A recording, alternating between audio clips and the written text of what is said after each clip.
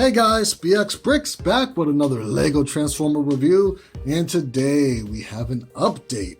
This is my version 4 G1 Ratchet. Let's check it out. Okay, so here we have my version 4 Ratchet. As you can see, it rolls, kinda, sorta. If I just adjust the wheels down a little bit, that rolls, that all rolls. And this wheel's not really rolling the way it should be. Let's see if I adjust that down a little bit. Oh, you kind of get the idea. So, there are some updates. I made it to where, I don't know if I released the version 3 or not. I don't think I did. But there is no canopy thing that really like comes off per se. It all kind of incorporates into the robot mode, but you could also take it off too. So there's two different methods of the robot mode, I guess we could say. So yeah, there's really no articulation so much in vehicle mode. That's if you want to consider this like a back door, but there's nothing in there to really get into. So we're just going to get into transformation. All right, so the first thing you want to do here is take these wheels, bring them down. You might notice that most of the transformation is similar to like my version 3 Optimus, because that's what version 3 was based off of version 3 of Ratchet, which you might not have ever seen. So once we get that done, we should be able to pretty much just maneuver, flip everything down ideally. But it seems like something is stuck on something. All that hip right there, and that part right there. So you got to kind of wiggle out the arms just a little bit so that they could clear the thigh pieces right there. And then we'll leave it like that for now. Just gotta kind of like flip everything out, but we just wanted to get space to get these arms out the way. We'll flip that, and then bring this out like so. Same on this side. Bring that out like so. Then you can flip around the arms. Make sure you can see everything. Flip around the arms. The arms are a lot more streamlined than version 3. I think I might have pictures of it on my social media somewhere. Then you can flip out the little fist. Like that. I'm sorry for bumping the camera. There we go. And we can just lift the head up like so. Make sure you guys can see everything. Looks good so far. And then you want to spin it around at that toe ball joint right there. You guys can see that. So we'll take it up at the gray, or the dark gray, or the light gray. And then it'll look like that. From there, you can take these back wheels, fold them up like that.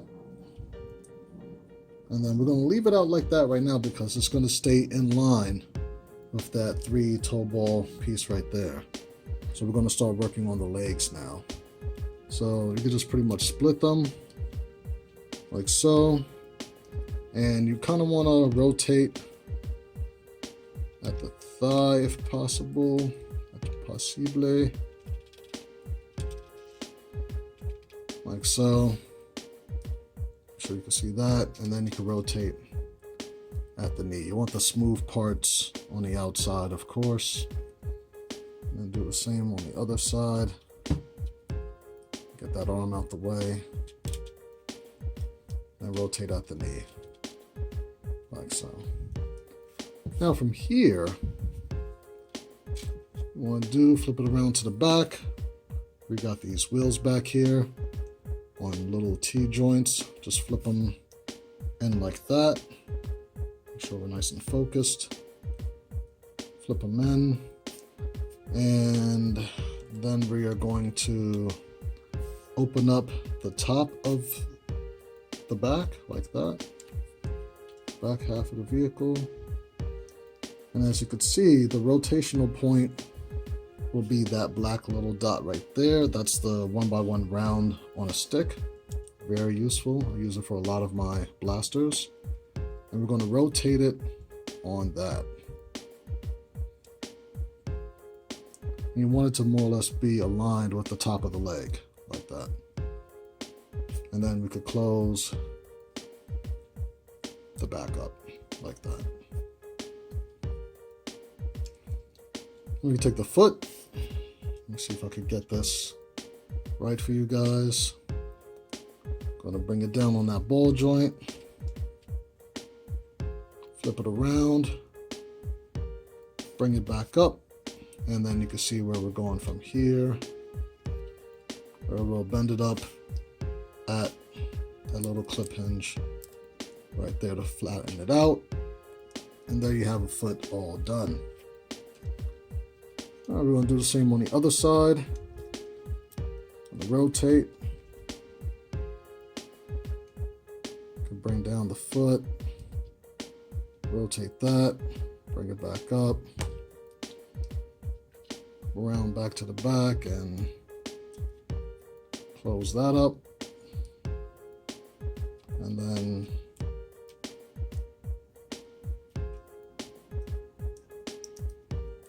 clean that up. There you go. So with this part,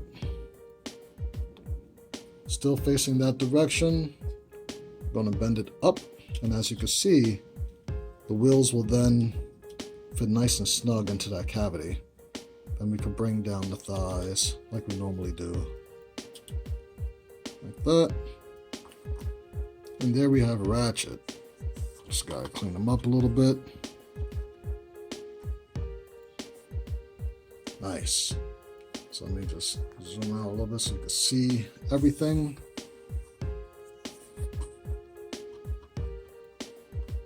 Kind of plant his legs. Make sure all the plates are nice and straight. And there we have G1 Ratchet. Looking super dupe. So before I do any alterations, I'm going to do like a couple of size comparisons. Here you have him next to me. Looks pretty cool. And here you have him next to Siege Ironhide. And just kind of move him over a little bit. So as you can see, you know, I'm still staying within the deluxe scale. Pretty dupe. Let's see if we have...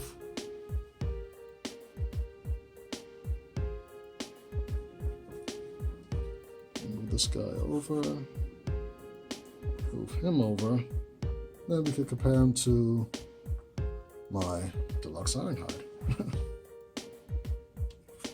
Because you don't really need to see his weapon, I guess. And then there's deluxe scale Ironhide as well, which is, you know, basically the same design, just colored differently as that guy. So let's get that guy out of here. And this guy. So, for articulation in this mode, of course, his legs could go all the way up. So he has a good knee bend, about 90 degrees. He has full ankle articulation. Of course, that part that we bent up that way, you know, he has good, you know, heel spur articulation also. For any reason, if you need to do any crazy poses, this little red guy right here does come up to get out the way a little bit. Mild waist swivel. Just gotta be careful because you have a lot back there. With the arms, they're on this new system that I tend to do for most of my Transformers now, where it's like the robot hand on the 1x1 round with the bar. So he can get his arm all the way up like that. And then This does do a full 360. And then like a reverse butterfly for mostly transformation. Ball joints on the elbows. We got the little 1x1 round with the wrist articulation right there, and it's on the headlight brick, so that could turn around depending on what type of blasters you make for him. You can have stud facing down or, you know, stud facing up. Whatever works for you. And of course the head is on a T-joint. So you kind of want to get your hand back there to make sure that you don't break the little robot arms that we have in there. But the head does a full 360. The head looks up. And if you shimmy the head up on the T-joint, you could get them looking down a bit also. So that's pretty cool. Full articulation. Now for the alternate mode, say for example, if you don't want all this leg kibble, because I mean, he does look, you know, he definitely does not skip calf day, obviously. And, you know, the symmetry of it is just, I mean, from the front, it looks cool. From the side, it's like, wow. So what you could do is pull them out at that joint right there. Just kind of shimmy that out. Come on. And this is all you have right there. So that you could take off on both sides. Now before I had this designed as a stud, and that made it difficult to, you know, rotate it without nearly destroying the leg. So I figured that would be easier as we get new parts. It makes it way easier to design. So now you have a more streamlined traditional leg design. You might be skipping the video to save it, I'm not sure. And then it makes the back of the legs not so bulky. That way, from here, you can't really see the wheels. If you really wanted the wheels to pop out, then they would look like this. Which almost makes them look highly unproportionate compared to like the robot mode and the vehicle mode.